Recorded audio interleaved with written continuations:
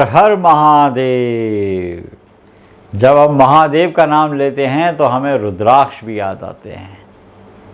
रुद्राक्ष की क्या है महिमा, कैसे धारण करें, क्या है उनकी धारण करने की विधि, आज हम समझेंगे। रुद्राक्ष में 7 मुखी रुद्राक्ष की क्या है महिमा, क्या है इसको धारण करने की विधि और कौन से मंत्र से इसको धारण कर लिया जाए। सबसे पहले तो समझ लेते हैं 7 मुखी रुद्राक्ष किसको धारण करना चाहिए और क्या है इसकी महिमा। 7 मुखी रुद्राक्ष पहचान भी कैसे करें। इसमें 7 लाइनें होंगी, कहीं बीच में आपको ओम लिखा हुआ मिल जाए, भगवान शिव की पिंडी दिख जाए, सीढ़ी दिख जाए, स्वास्तिक दिख जाए, तो समझ लीजिए ये बड़ा कल्याणकारी होने वाला है। 7 मुखी रुद्राक्ष स्वयं साक्षात लक्ष्मी देवी का भी संकेत माना है, इसको लक्ष्मी का प्रतीक मानते हैं। 7 मुखी रुद्राक्ष अगर आपको मिल जाए, आपके धन का अभाव चल रहा हो, बहुत मेहनत करते हो, उतना धन उपार्जन कर नहीं पाते, जॉब में परेशानी चल रही है, प्रमोशन नहीं मिल रहा, किसी भी प्रकार के लिए अगर आप लक्ष्मी मैया से जूझ रहे हो तो 7 मुखी रुद्राक्ष धारण करने से आपको तत्काल लाभ मिलना शुरू हो जाता है। ये 7 मुखी रुद्राक्ष की महिमा है। 7 मुखी रुद्राक्ष अगर आपकी कुंडली में 7.5 का प्रभाव चल रहा है शनि की, तो भी आपकी कुंडली में ढैया या 7.5 का प्रभाव जब जब घूम रहा है, तब भी ये 7 मुखी रुद्राक्ष आपके लिए बड़ा कल्याणकारी रहता है। अगर आपके पति या पत्नी के बीच में संबंध खराब चल रहे हैं, भाई हमारी जन्म पत्रिका के अंदर जो 7वां घर होता है वो स्पाउस हाउस होता है।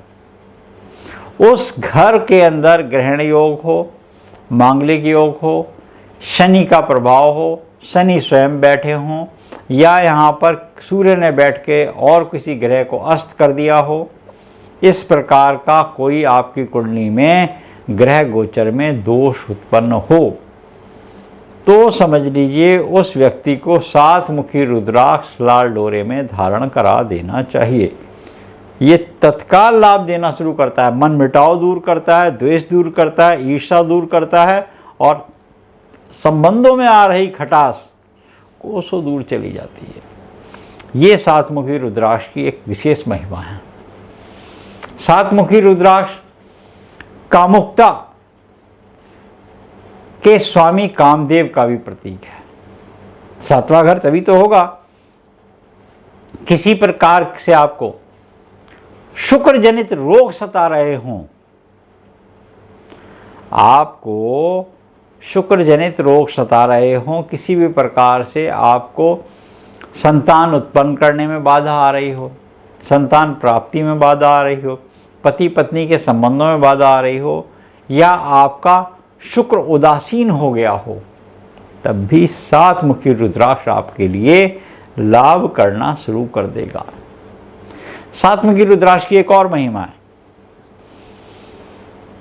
अगर आपके घर में किसी जादू टोना टोटका ऊपरी हवा का असर हो रहा है और आपके पति पत्नी के संबंधों में खटास आ रही है, आपके पति पत्नी के संबंधों में रोग किसी के अंदर आ गया, पति या पत्नी के, या पति पत्नी के लिए परेशान है और पत्नी पति के लिए परेशान है, कोई बीमार है, असाध्य रोग से पीड़ित है, तो 7 मुखी रुद्राक्ष का दाना लाल डोरी में गले में धारण करा देना चाहिए।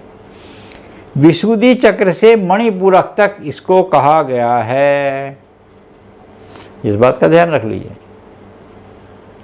इसका काम तभी करेगा, इसका एक सिग्नल है। विशुद्धि चक्र, मणिपूरक, अनाहत चक्र तक तो आप जाएंगे नहीं। इसको पहनना, एक सीधी भाषा में समझे, कौड़ी पे पहनी है। इन दोनों चक्रों के बीच की दूरी ठीक करेगा और अनाहत को घुमाता रहेगा। इससे आयु में आ रही त्रुटि दूर हो जाएगी। अब क्या है इसकी विधि, ये भी समझ लेते हैं। फल मिल जाए घर में ले आइए, डुबो दीजिए गंगा जल में, उसको धीरे धीरे ब्रश से हल्के हल्के साफ़ कीजिए।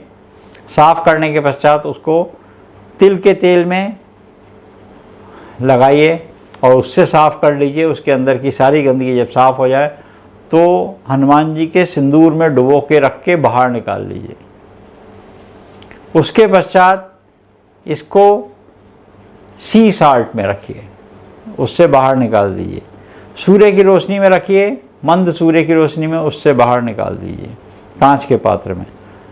जब ये 21वें दिन पूर्ण रूप से अभिमंत्रित हो जाएगा, उससे पहले इसमें प्रतिदिन शिव के मंत्रों का उच्चारण कीजिए। शिव के 108 नामों को ले लीजिए। अब शिव के नाम लेने हैं, नमः शिवाय कर लीजिए, कुछ नहीं है तो 108 नामों की माला बड़े सरलता से सब जगह मिल जाती है, उनका पूरे 108 मालों का नाम ले लीजिए। और इसको सोमवार के शुक्ल पक्ष में प्रातःकाल 7:30 से 9 के बीच से पहले या बाद में धारण कर लीजिए।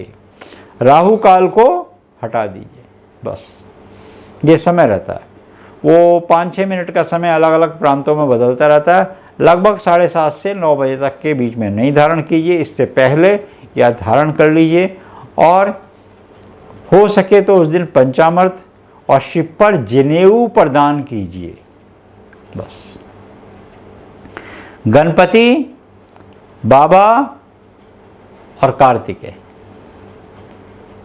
ये आपके पास जनेऊ के अगर नहीं है तो एक जनेऊ दे दीजिए और वो बाबा की पिंडी पे चढ़ा दीजिएगा। और रुद्राक्ष आप पिंडी पे सभी शिव परिवार पे स्पर्श करा के चरण धारण कर लीजिए। देखिए आपकी मनोकामना की पूर्ति होगी है। जो जीवन में आ रही किसी प्रकार की परेशानी आपकी दूर होगी। तो आज हमने जाना 7 मुखी रुद्राक्ष की क्या थी महिमा। अगले एपिसोड में बात करेंगे 8 मुखी रुद्राक्ष की। अभी तक आपने चैनल को सब्सक्राइब नहीं किया तो इसको सब्सक्राइब कर लीजिए ताकि अगली वीडियो की नोटिफिकेशन आपके पास आ सके। हर हर महादेव। कर भोलेनाथ की महिमा अपरंपार।